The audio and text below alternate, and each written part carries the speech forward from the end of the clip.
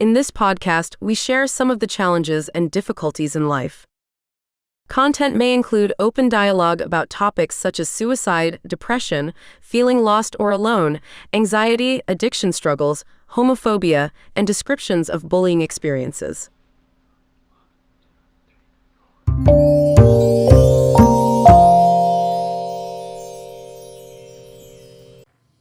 Hello, Cynthia.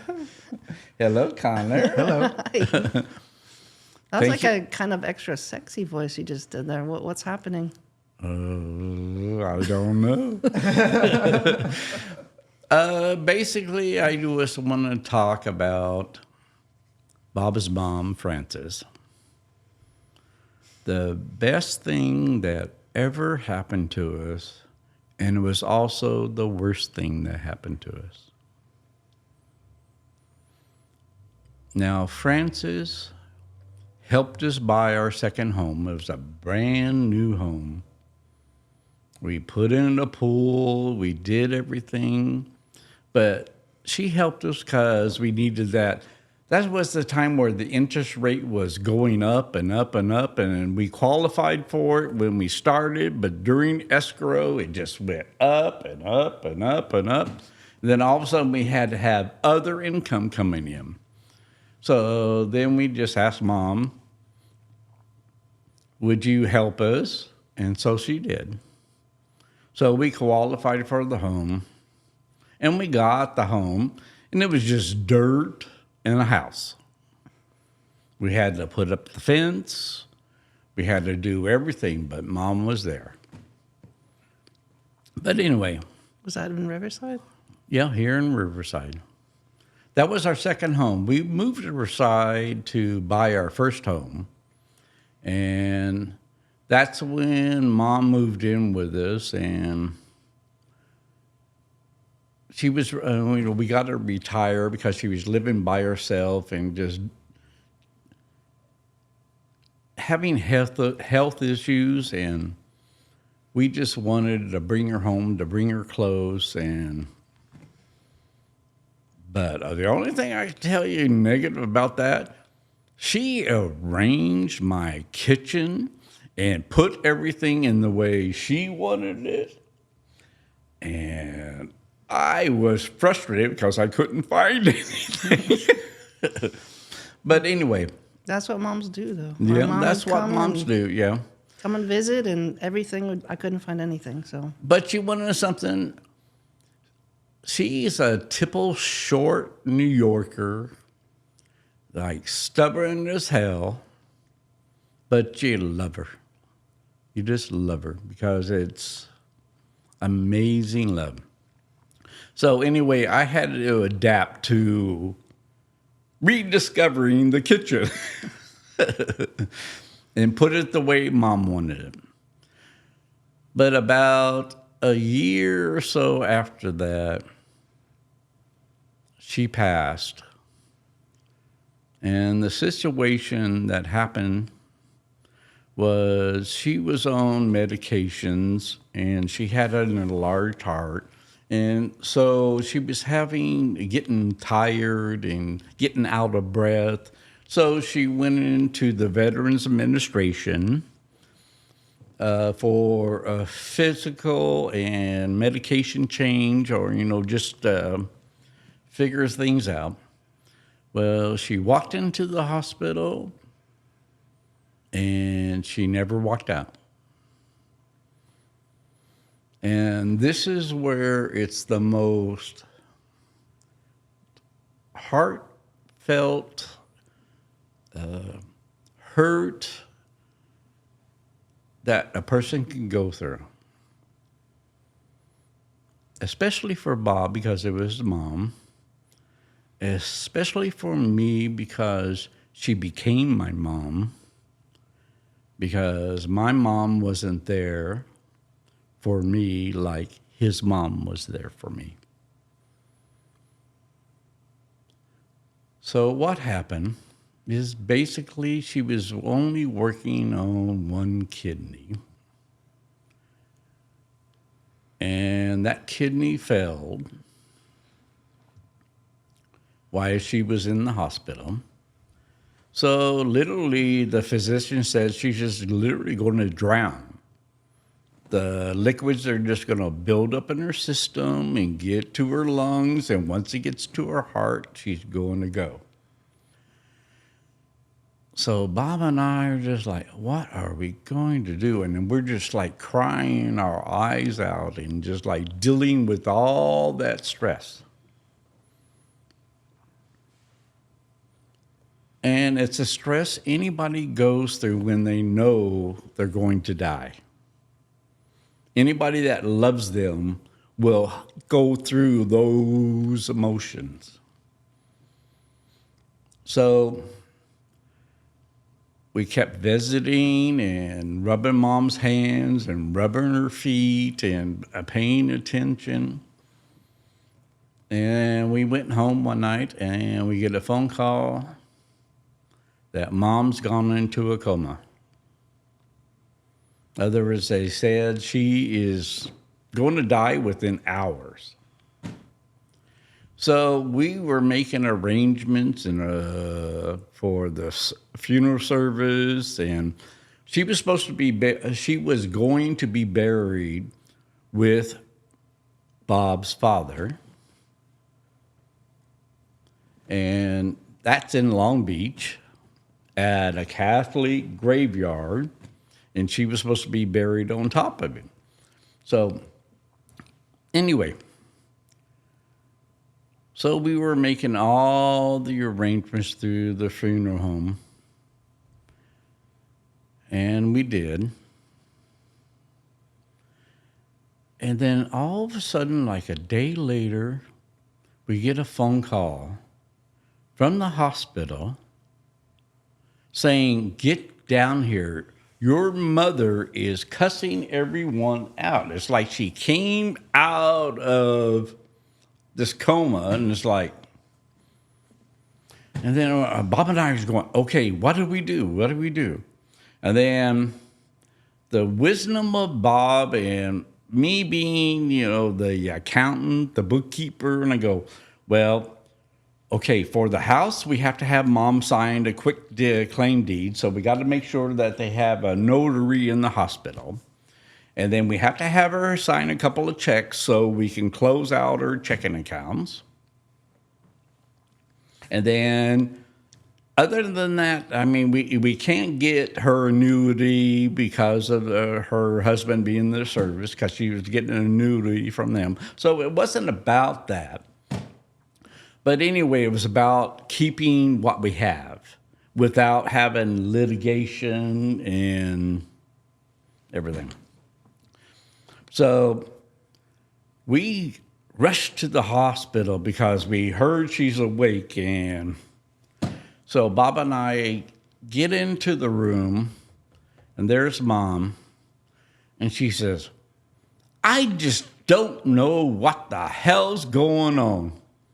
And Bob and I go, Mom, you're only working on no kidneys, and you're literally drowning. And she goes, And for some reason, out of a whim, as I'm rubbing her feet and rubbing her legs, and Bob's standing there, and she looked at Bob and she goes, Bob, you have a beer belly pocket, but champagne taste. So I laughed and we chuckled, and then all of a sudden she looked at me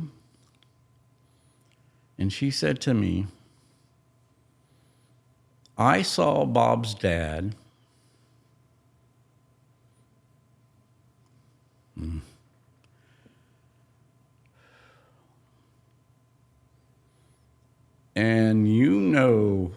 I loved his dad so much. I never remarried. I raised my 2 boys. Yeah, I had a fling here and there. But she had that New York sense of humor. And she looked at me and she said, Cal, you are the best thing that happened to my son because you love him like I loved his dad.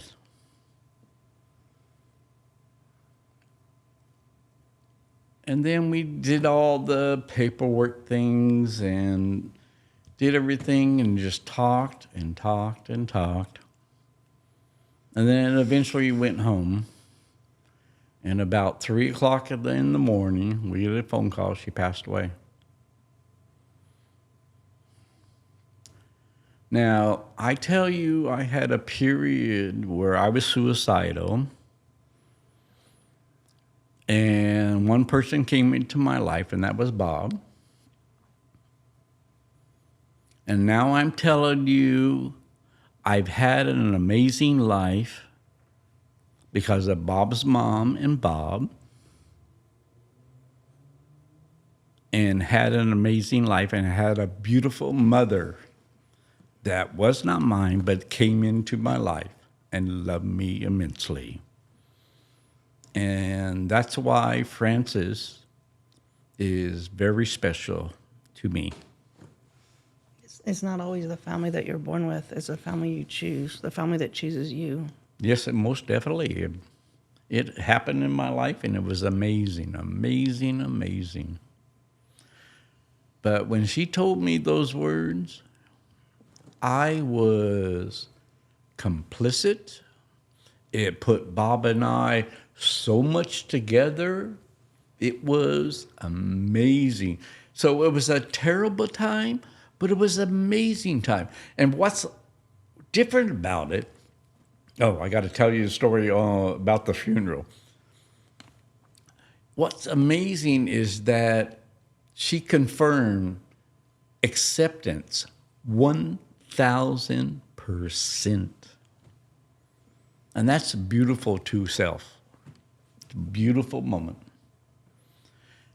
Okay, anyway, there's a little tidbit that brings a little bit of laughter. And this is Bob's sense of humor and how he takes things and puts them in perspective.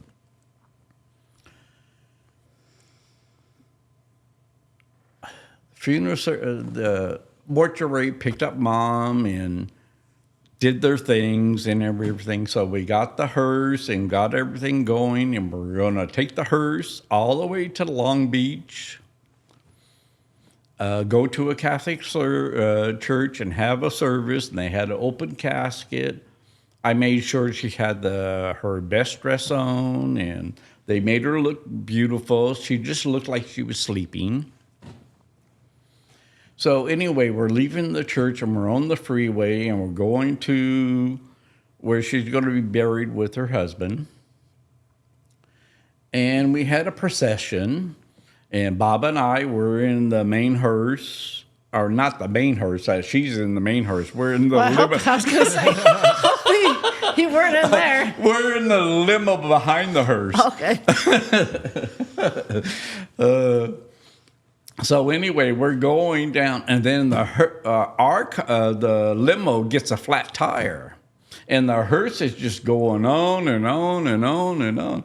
So all the procession that was behind us followed us, and we had to get off the road to go get the tire changed. And so we pulled into this gas station just right off the freeway, and they pulled into the back.